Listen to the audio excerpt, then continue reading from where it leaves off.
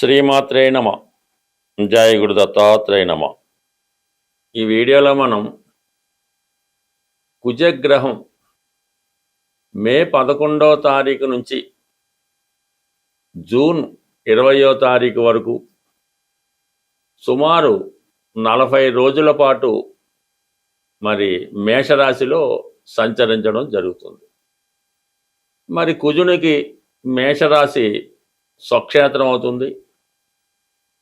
ఈ కారణం వల్ల మరి రుచిక మహాపురుష యోగం అనే యోగం కొన్ని రాశుల వారికి ఏర్పడడం జరుగుతుంది.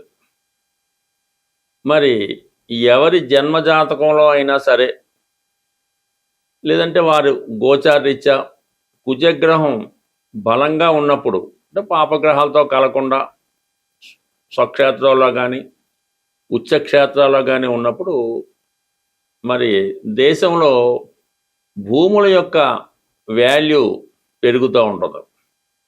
అలాగే లా అండ్ ఆర్డరు చాలా పర్ఫెక్ట్గా పనిచేయడం జరుగుతూ ఉంటుంది.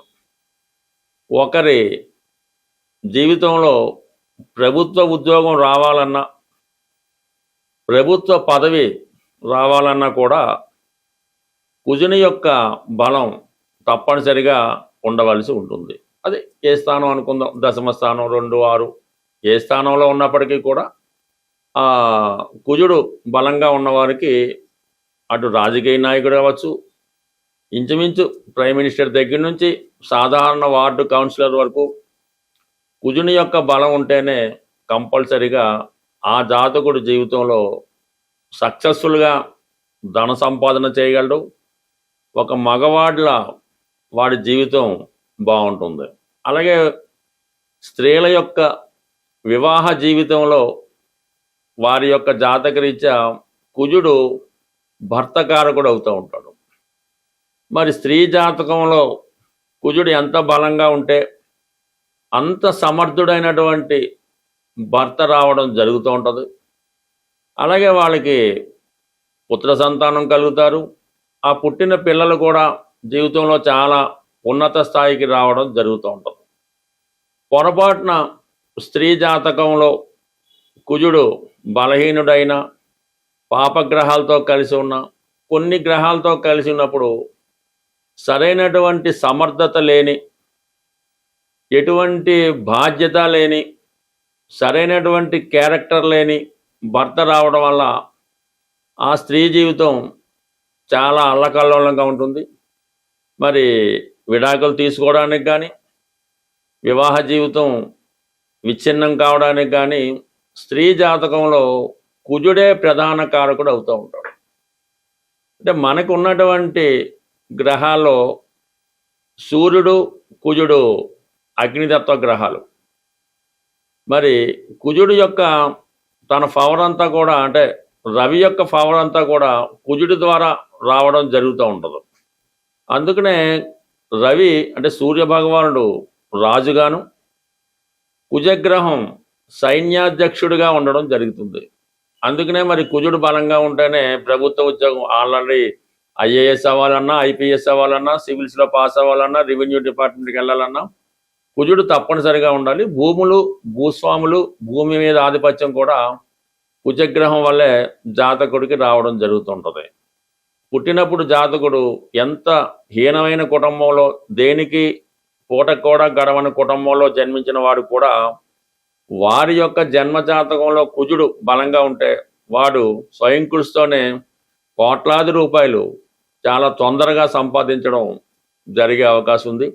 బట్ ఎవరి జీవితంలో అయినా కుజుడు కంపల్సరిగా బలంగా ఉండాలి. సోకాళ్ళుగా ఉన్నటువంటి కుజదోషం అందరూ అనుకున్నట్టు దానికి కూడా కుజుడు కారణమవుతుంటాడు. కుజుడు తొందరపాటుతనానికి, ఆవేశానికి కారణమవుతుంటాడు. కాబట్టి ఈ కుజుడు ఉండరాని చోట్ల ఉన్నప్పుడు జాతకుడు స్వయం కృషితో మరి తొందరపాటు చర్య వల్ల వివాహ జీవితాన్ని కూడా విచ్ఛిన్నం చేసుకోవడం జరుగుతూ ఉంటుంది. అందుకని అటు అమ్మాయి జాతకంలోనూ అబ్బాయి జాతకంలోనూ కుజుడు ఎంత బలంగా ఉంటే, అందుకనే ఈ కుజ దోషం ఒకరికి ఉంటే ఇంకొకరికి కూడా ఉండాలన్న అర్థం ఏంటంటే, ఇద్దరు జాతకాల్లో కుజుడు బలంగా ఉంటే, సమాన స్థాయిలో సమాన స్థితిలో ఉంటే అది న్యూట్రల్ అవ్వడం జరుగుతూ ఉంటుంది. సో ఒకరి జీవితంలో బలంగా ఉండి ఇంకోటి జాతకంలో బలహీనంగా ఉంటే అది చాలా విచ్ఛిన్నానికి, ఇబ్బందికి, కారణం అవుతూ ఉంటుంది కాబట్టి బట్ ఏదైనా జీవితంలో కుజుడు బలం తప్పనిసరి. కుజగ్రహ అనుగ్రహం కోసం అనేక విధాలుగా కుజుడిని ఇంప్రూవ్ చేసుకోవచ్చు. దానికి అనేక రకాల పరిష్కార మార్గాలు కూడా జాతకంలో మరి ఋషులు చెప్పడం జరిగింది. బట్ ఏదైనా ఫిజికల్గా కష్టపడి కుజుడిని స్ట్రెంత్ చేసుకోవాలి తప్ప దాన ధర్మాల వల్ల జపాల వల్ల పెద్దగా ఉపయోగం ఉండదు. కాబట్టి మరి ఈ పరిహారాలు అయితే జాతకంలో కుజుడు బలహీనంగా ఉన్నప్పుడు ఏ పరిహారం చేసుకుంటే ఆ జాతకం బాగుంటుంది అన్నది మనం ఈ వీడియో చివరిలో తెలుసుకునే ప్రయత్నం చేద్దాం. ప్రస్తుతం ఉన్నటువంటి ఈ ఏర్పడినటువంటి కుజుడు స్వక్షేత్ర స్థితి, ఈ రుచిక మహాపురుష యోగం ఏ రాశుల వారికి ఎలా ఉండబోతుంది అన్న విషయాన్ని మనం ప్రతి రాశికి డీటెయిల్గా తెలుసుకొని ప్రతి రాశికి తగిన పరిహారం ఇండివిజువల్గా తెలుసుకునే ప్రయత్నం చేద్దాం. తులారాశి వారికి మే 11వ తారీఖు నుంచి జూన్ 20వ తారీఖు మధ్యలో కుజగ్రహం మేషరాశిలో ప్రవేశించిన సందర్భంగా మరి తులారాశి వారికి ఏ విధంగా ప్రయోజనం కలుగుతుంది, ఎటువంటి జాగ్రత్తలు తీసుకోవాలి అని ఈ వీడియోలో తెలుసుకునే ప్రయత్నం చేద్దాం. అయితే ఈ కుజుడు స్వక్షేత్రమై సప్తమ స్థానంలోకి రావడం వల్ల పంచమహాపురుష యోగాల్లో రుచిక మహాపురుష యోగం అనే యోగం ఏర్పడింది. ఇది పర్టికులర్గా తులారాశి వారికి ఈ రాబోయే 40 రోజుల పాటు ఈ యోగం అమల్లో ఉంటుంది. అంటే దానివల్ల ఏంటి లాభం అంటే జాతకుడికి విపరీతమైనటువంటి ధైర్యం, కాన్ఫిడెన్స్ కలుగుతూ ఉంటుంది. ఎదటివాడు ఎంత గొప్పవాడైనా వారిపై విజయం సాధించడం జరుగుతూ ఉంటుంది. జాతకుడు ఎక్కడికి వెళ్ళినా కూడా సముచిత గౌరవం పెరుగుతూ ఉంటుంది. ఇంకా సప్తమ స్థానంలో కుజుడు ఉచ్చలోకి రావడం వల్ల స్త్రీలకి భర్త యొక్క హోదా పెరుగుతూ ఉంటుంది. వారికి ఏవైనా రాజకీయ పదవి రావచ్చు, గొప్ప అధికార హోదా లభించవచ్చు, మంచి నేమ్ అండ్ ఫేమ్ కూడా వచ్చే అవకాశం అయితే ఉంటుంది. మరి కొన్ని విషయాల్లో మరి ఏ కారణం వల్ల అయితే మంచి కారణం వల్లే భార్యాభర్తల మధ్య ఒక విధమైనటువంటి గ్యాప్ రావడం జరుగుతూ ఉండదు. భర్త గారు ఏదో విదేశంలో సడన్గా ఒక 40 రోజులు క్యాంప్కి వెళ్ళి రావచ్చు, లేదంటే ఏదైనా ఒక ట్రైనింగ్కి వెళ్ళి రావచ్చు. ఏదైనా మరి భర్త గారి యొక్క హోదా స్థాయి పెరుగుతుంది. దాని కారణం వల్ల భార్యాభర్తల మధ్య ఉన్నటువంటి వైవాహిక బంధానికి కొద్దిగా గ్యాప్ రావడం జరుగుతూ ఉంటుంది. మరి అలాగే ఎవరైతే ఈ తులారాశిలో స్థిరాస్తి వ్యాపారంలో కన్స్ట్రక్షన్ అవ్వచ్చు, రియల్ ఎస్టేట్ అవ్వచ్చు, ల్యాండ్స్ అవ్వచ్చు, వ్యవసాయం అవ్వచ్చు, ఈ భూములకి సంబంధించి ఎవరైతే వ్యవహారాలు చేస్తున్నారో వారికి చాలా విపరీతమైన డిమాండ్ పెరగడం జరుగుతుంటుంది. మీడియేటర్గా మీరు వ్యవహరిస్తూ పెద్ద పెద్ద సెటిల్మెంట్లు, అమ్మకాలు, కొనుగోలు లాంటివి చేసే అవకాశం ఉంది. చాలా సందర్భాల్లో ఏదైనా ఈ రియల్ ఎస్టేటు భూములు వాళ్ళతో వ్యాపారం చేస్తున్న వాళ్ళు సొంతంగా ఏదైనా ఒక కన్స్ట్రక్షన్ చేసో లేదంటే ఒక ల్యాండ్ విడగొట్టి అమ్మటంలో అసలు విడగొట్టేవాడి కన్నా మీడియేటర్గా ఎక్కువ లాభం రావడం జరుగుతుంటుంది. అటువంటి స్థితి తులారాశి వారికి కేవలం మీ మీడియేషన్ ద్వారా అధిక మొత్తంలో ధన సంపాదన జరిగే అవకాశం ఉంది. అలాగే ఎక్కువగా ప్రయాణాలు చేయవలసి ఉంటుంది. ఈ ప్రయాణాలు చేసినప్పుడు కూడా చాలా ఫాస్ట్గా ఏదో చిన్నగా కాకుండా ఈ విమానాల్లోనూ అతి వేగంగా ప్రయాణాలు చేయడం కూడా జరిగే అవకాశం ఉంది. ప్రయాణాల్లో పరిచయం అవుతున్న వాళ్ళు, పరిచయం అయిన వాళ్ళు మీకు మరింత సహకరించే అవకాశం ఉన్నది. బట్ ఏదైనా ఈ తులారాశి వారికి వారి యొక్క వ్యక్తిగత హోదా పెరుగుతుంది. వివాహపరంగా కొన్ని సమస్యలు ఏవైనా ఉంటాయో అవి పూర్తిగా సెటిల్ చేసుకోవడం జరుగుతూ ఉంటుంది. అంటే పూర్తిగా సెటిల్మెంటు, ఏదైనా అఫైర్ ఉన్నా, వివాహ జీవితంలో ఇబ్బందులు ఉన్నా, కోర్టు పరంగా కొన్ని సమస్యలు మీరు వివాహ జీవితంలో ఎదుర్కొంటున్నా, ఇవన్నీ కూడా ఈ రాబోయే 40 రోజుల్లో ఒక సెటిల్మెంట్కి రావడం జరుగుతుంది అన్నమాట. పూర్తిగా ఎవరి కుంపటాలు వేరుగా తీసుకోవడం జరుగుతుంటుంది. అలాగే అఫైర్స్ ఉన్న వాళ్ళకు కూడా ఇది పూర్తిగా అఫైర్ అయితే ఏదైతే ఉందో అది పూర్తిగా సెటిల్ అయిపోవడం, మళ్ళా కొత్తగా వ్యవహారాలు స్టార్ట్ అవ్వడం కూడా జరిగే సూచనలు. బట్ ఏదైనా కొన్ని పాత వాటిని వదులుకొని కొత్త వాటిని ప్రవేశించడం జరుగుతుంది. అలాగే వృత్తిలో వేగం పెరుగుతూ ఉంటుంది. మీ యొక్క ఆరోగ్యం బాగుపడుతుంది. మరింత శక్తివంతంగా తయారవడానికి ఒక ఫిజికల్ ఎక్సర్సైజ్ లాంటివి చేయడము, లేదా సిక్స్ ప్యాక్ లాంటివి చేసుకోవడము, అలాగే మీలో ఉన్నటువంటి సామర్థ్యాన్ని కూడా పెంచుకునే ప్రయత్నం జరుగుతుంది.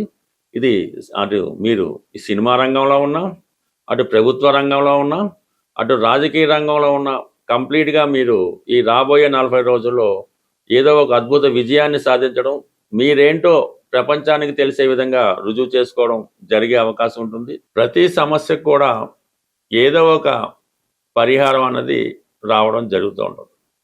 అంటే కుజుడికి పరిహారం అన్నది మిగతా వాళ్ళతో పోల్చుకున్నప్పుడు కొద్దిగా కష్టంగానే ఉండడం జరుగుతూ ఉంటుంది. కుజుడు ప్రమాదాలకి, యాక్సిడెంట్లకి, ఆస్తిపరమైన తగాదాలకి, అన్నదమ్ముల విభేదాలకి, రుణ సమస్యలకి, భార్యాభర్తల మధ్య విభేదాలకి, మరి ఈ మధ్యకాలంలో భర్తలని హత్య చేస్తున్నటువంటి భార్యలు, తల్లిదండ్రులని హత్య చేస్తున్నటువంటి పిల్లలు, ఇవన్నిటికీ కూడా ప్రత్యక్షంగానో పరోక్షంగానో కుజగ్రహం కారణం అవుతూ ఉంటుంది. ప్రధానంగా ఈ పరిహారాల్లో ఒక వ్యక్తికి ప్రమాదం ఉన్నది, లేదంటే యాక్సిడెంట్ అయ్యే అవకాశం ఉన్నది అనుకున్నప్పుడు రక్తదానం, ఎవరికైతే బ్లడ్ అవసరం అవుతుందో మన బంధువులోనో ఫ్రెండ్స్లోనో ఇమీడియట్గా రక్తం అవసరమైనప్పుడు మీరు బ్లడ్ డొనేషన్ చేయడం వల్ల మీకు ఎటువంటి ప్రమాదం నుంచైనా బయటపడే అవకాశం ఉంటుంది. ఈవెన్ వివాహపరంగా ఉన్నటువంటి ఇబ్బందులు కూడా ఈ బ్లడ్ డొనేషన్ వల్ల పరిష్కారం అవడం అన్నది 1,00,000 మందిలో చూడడం జరిగింది. అయితే ఈ డొనేషన్ కూడా ఈ బ్లడ్ బ్యాంకులకి వాటికి కాకుండా అవసరమైన వాళ్ళకి ఇమీడియట్గా ఏదో బస్సు యాక్సిడెంట్ అయింది, ఇబ్బంది ఉంటుంది, ఆ టైంలో చేయడం వల్ల ఈ ఫలితం వస్తుంది. కానీ మరి ఈ రక్తం అమ్ముకునే వాళ్ళకైతే ఆ కార్యక్రమాలు మళ్ళీ మీకు పాపం వస్తుంది. దాని తర్వాత ఇది స్త్రీలైతే ఎట్టి పరిస్థితుల్లో కూడా భర్తని కించపరచడం కానీ, తక్కువగా చూడడం కానీ, అవహేళన చేయడం కానీ, ఇతరుల దగ్గర తన భర్తని వీక్ చేయడం కానీ చేయడం వల్ల అది ఇద్దరు జాతకాల్లో కూడా ఈ కుజుడు బలహీనమై అది ఇబ్బంది పడే అవకాశం ఉంటుంది. కాబట్టి స్త్రీలైతే భర్తని గౌరవించవలసి ఉంటుంది. అది పురుషులైతే భార్యని తనకన్నా ఎక్కువ స్థాయి ఉన్నట్టుగా చూపించుకోవాల్సి ఉంటుంది. అప్పుడు కూడా మీకు కుజదోషం అన్నది కుజుడి యొక్క ఇబ్బందుల నుంచి తొలుగుతూ ఉంటాయి. తర్వాత అన్నదమ్ముల మధ్య ఎప్పుడు కూడా విభేదాలు రాకూడదు, సఖ్యతగా ఉండే ప్రయత్నం చేయాలి. అప్పుడు మాత్రమే మీరు ఈ కుజుడు మీకు యోగించడం జరుగుతూ ఉంటుంది. ఈవెన్ తల్లిదండ్రులను చూడడానికి కూడా ఈ అన్నదమ్ములు పంచుకోవడం జరుగుతూ ఉంటుంది. అమ్మ నా దగ్గర ఉంటుంది, నాన్న నీ దగ్గర ఉంటాడు, ఇలా మార్చుకుందాం అన్న విభేదాలతో ఇది కేవలం దానివల్ల కూడా కుజగ్రహ ఆగ్రహానికి గురవుతూ ఉంటారు. తర్వాత మీ సంతానం మీద కూడా దాని ప్రభావాన్ని చూపిస్తున్నారు. ఇక ప్రధానంగా పెద్దల ద్వారా వచ్చినటువంటి భూమి, లేదంటే మన కట్నంగా వచ్చినటువంటి భూమి ఎట్టి పరిస్థితుల్లోనూ ఎంత ఇబ్బంది వచ్చినా అది మీ తర్వాత తరానికి అందించాలే తప్ప ఆ భూమిని అమ్మడం కానీ, తాకట్టు పెట్టడం కానీ, ఇతరులకు స్వాధీనం చేయడం కానీ, ఆ భూమి మీద బెట్టింగ్లు ఆడటం కానీ ఇటువంటి చేయడం వల్ల మరి భూమిపుత్రుడైనటువంటి కుజగ్రహం యొక్క ఆగ్రహానికి గురవడం జరుగుతుంటుంది. పైపెచ్చి మీకు ఉన్నటువంటి భూమి ఉంది, 1 ఎకరం భూమి ఉంది, 100 ఎంత భూమి ఉండవండి, దాన్ని ఎప్పుడు కూడా బీడుగా పోరంపోగ్గా వదిలే ప్రసక్తే లేదు. మీ దగ్గర ఒక 1000 గజాల స్థలం ఉన్నా, లేదా 100 గజాల స్థలం ఉన్నా అది ఖాళీగా దాంట్లో ఈ ముళ్ళ చెట్లు, రాళ్ళు, రప్పలు, ఈ గుట్టలు ఆ గుట్టలు వేయకుండా దాన్ని ఎప్పుడు కూడా చాలా శుచిగా శుభ్రంగా, అంటే మన స్థలం చూపించామంటే అప్పుడు కల్లాపేసి ముగ్గు పెట్టినట్టుగా ఉంటేనే, అది 100 ఎకరాలైనా 1 ఎకరం అయినా ఈ పోరంపోగ్గా వదిలేయడం వల్ల కూడా దానివల్ల సగులు పడడం, ఇంట్లో అబార్షన్లు అవ్వడం, అలాగే దుర్వ్యసనాలు ఇలాంటివన్నీ కూడా జరిగే అవకాశం ఉంది. ఒకసారి మీరు గమనించండి, మీ ఇంట్లో మీకు కుటుంబంలో ఎవరికైనా అబార్షన్ అయింది, కంపల్సరీగా మీరు ఉన్నటువంటి ఖాళీ స్థలం కానీ, మీ పొలం కానీ ఇంకోటి ఏదో పోరంపోగ్గా వదిలేసి కొన్ని ముళ్ళ చెట్లు నడుస్తూ ఉంటాయి, అవి కూడా గమనించండి. ఇవి సున్నితమైనా సరే జీవితంలో ఒక్కొక్కసారి పెద్ద ప్రభావాన్ని చూపుతూ ఉంటాయి. ఇక ప్రధానంగా ఫైనల్గా కుజుడికి శత్రువులు ఎవరంటే శనిగ్రహం, రాహుగ్రహం. అంటే కుజుడు చాలా యాక్టివ్గా ఉండే గ్రహం, శని చాలా విశ్రాంతి తీసుకొని పని ఎగ్గొట్టే రకం. అందువల్ల ఏంటంటే మీకు శనిగ్రహ అనుగ్రహం కావాలి అంటే కొద్దిగా ఈ కుజుడు బలం అవ్వాలంటే ఈ రెండింటిని దూరం పెట్టాలి. అంటే రాహుని దూరం పెట్టాలంటే పొగాకు, దానికి సంబంధించిన ఉత్పత్తులు, స్మోకింగ్ వగైరా వగైరా మానివేయాల్సి ఉంటుంది. శని మీకు అనుకూలంగా మారాలంటే అంటే కుజుడు ఫలితం ఇవ్వాలంటే శని దూరం పెట్టవలసి ఉంటే మీరు దానికి సంబంధించిన ఆల్కహాల్ సేవించడం ఇవి మానివేయవలసి ఉంటుంది. అది కష్టమైనా దాన్ని బట్టి చూడండి. ఎప్పుడైతే ఆల్కహాల్ సేవించాడో ఆటోమేటిక్గా వాడిలో ఉన్నటువంటి కుజుడు విజృంభిస్తూ ఉంటాడు. ఈ హత్యలు, మర్డర్లు వీటి చేయడానికి కూడా ఇంటర్నల్గా వ్యక్తి ఆల్కహాల్ తీసుకుని ఉంటాడు.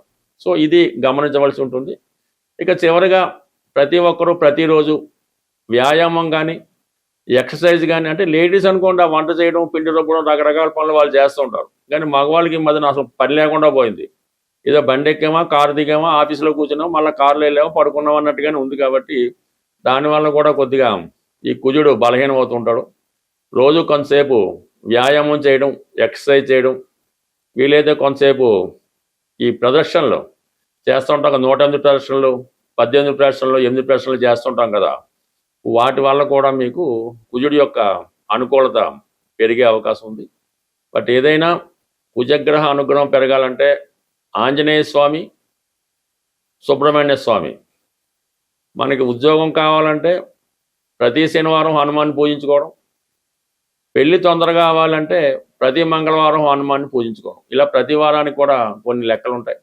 బట్ ఏదైనా మీ జీవితంలో కుజుడు బలంగా ఉంటే ఎంత దరిద్రం నుంచైనా సరే జీవితంలో పైకి రావచ్చు. అదే కుజుడు బలహీనమైతే మీరు కోటీశ్వరుడి ఇంట్లో పుట్టినా సరే చివరికి తినక తప్పదు. స్వస్తి.